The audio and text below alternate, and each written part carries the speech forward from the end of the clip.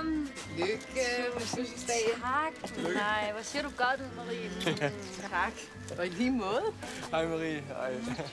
Det er Joachim og Erik, Cecilies kæreste. Hej så, Erik. Hej, hej. Altid, du kan komme med. Ja.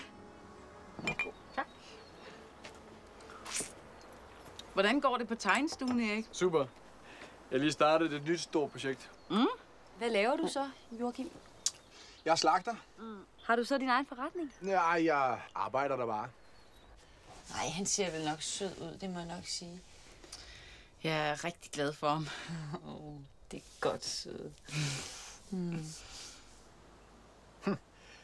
Ja, hytten den er jo bygget af skovens træer. Nu kan man få sådan en her tiltændt i container fra Litauen, hvor hver eneste bjælke... Hvor var det nu egentlig, du mødte ham? I fredags på Jazz House. Ej, det er simpelthen så lang tid siden mig og Erik, vi har været ude. Bjælkehytten kom jo oprindeligt fra Skandinavien, men så blev den opdaget af Amerika og Canada, hvor man videreudviklede den her elementære byggeform til enkelhed og intimitet og tilbage til naturen. Jeg bliver helt nostalgisk, når jeg sådan tænker på det. Erik er altså meget passioneret omkring det der. Du skal bare sige noget til ham, hvis det bliver lidt for meget, ikke?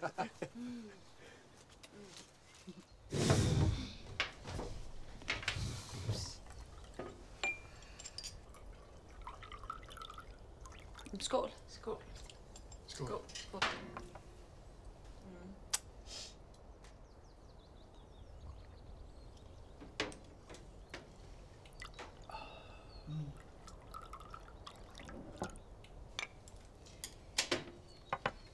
Det er sørme flot med dit job der, Marie. Ja, der var faktisk 200 ansøgere. Men ja, de var åbenbart sikre på, at det skulle være mig. Du må være virkelig dygtig. Kommer forbi en eller anden dag til en kop kaffe. Ja. Hvordan går det egentlig med dig? Det er så spændende, at du er blevet selvstændig med egen butik og det hele. Det går da rigtig godt. Er der nogle gode jagtområder heroppe? Du går på jagt? Ja. Spændende. Jeg har jo taget mit gevær med.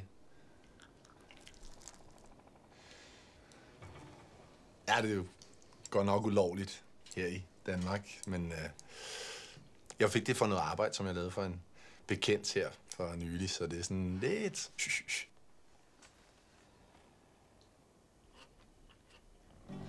Hinanden allerhøjest lidt sig selv.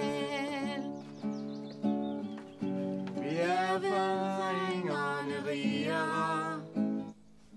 Og gælden er saneret for en stund.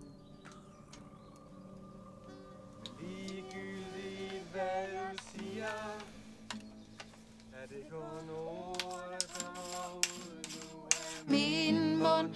Så nogen som os har jo brug for en kæreste. Og den kæreste jeg tænkte Skulle være der.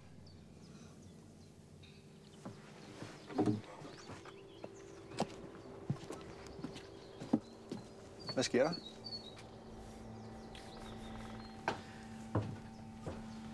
Nu har han taget det der våben frem.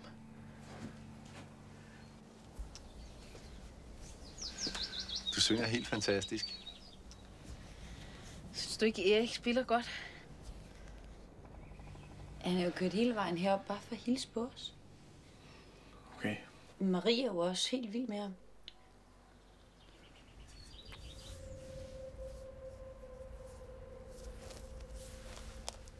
Så er der lavkage.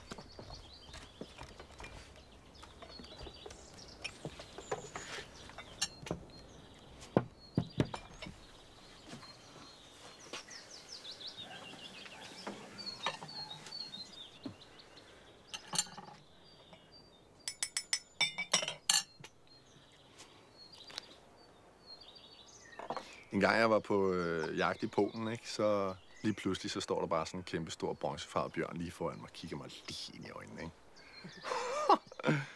Så mit hjerte, det begynder bare at hamre helt vildt. Jeg kigger bare lige imod den, sigter lige bag ved forbenene, og så trykker jeg af. Og efter et øjeblik stillhed, ikke?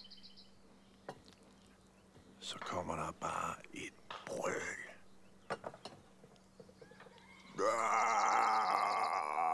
Den falder om, og så går jeg hen, og så skyder den lige i nakken. Og så ånder den ud for sidste gang.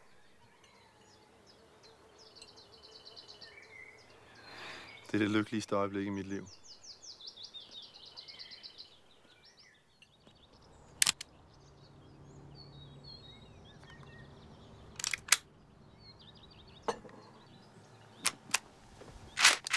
Sådan der. Nu er den ladt, ikke?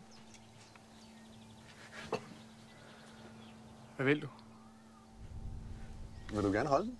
Nej, tak. Prøv lige en gang at tage ladegreb en gang, og så skyd med den. Nej, tak, siger jeg jo. Du vil da hellere stå med den her, end sidde med guitaren, er du ikke det? Er du bange? Du vil bare ikke pege med den.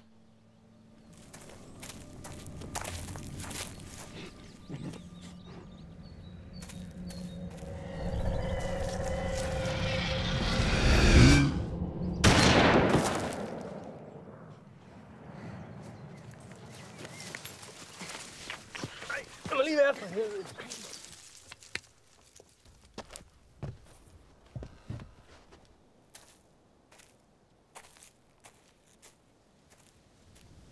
Jeg tror, vi går indenfor og spiser resten.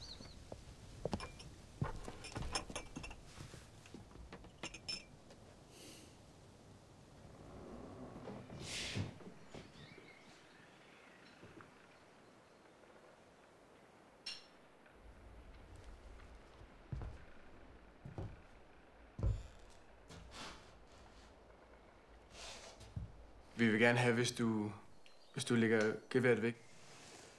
Det er jo bare et instrument. Ligesom guitaren, det er jo også et dejligt instrument, man sidder og hygger sig med. Den kan jo ikke slå nogen ihjel, vel? Jo, hvis man spiller rigtig, rigtig skidt, så kan det godt være, at der er nogen, der falder om. Jeg vil i hvert fald ikke slå et andet menneske ihjel.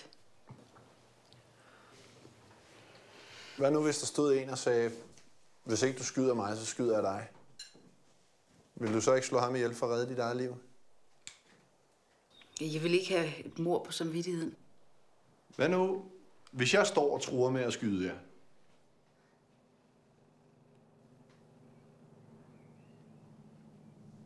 Hvad vil I så gøre?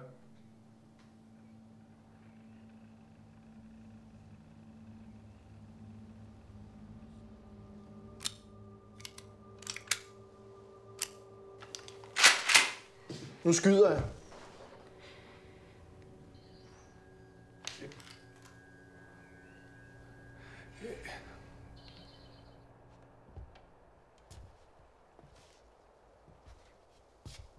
Så gør du noget! Vil I gerne dø, eller hvad sker der? Vi vil ikke dø.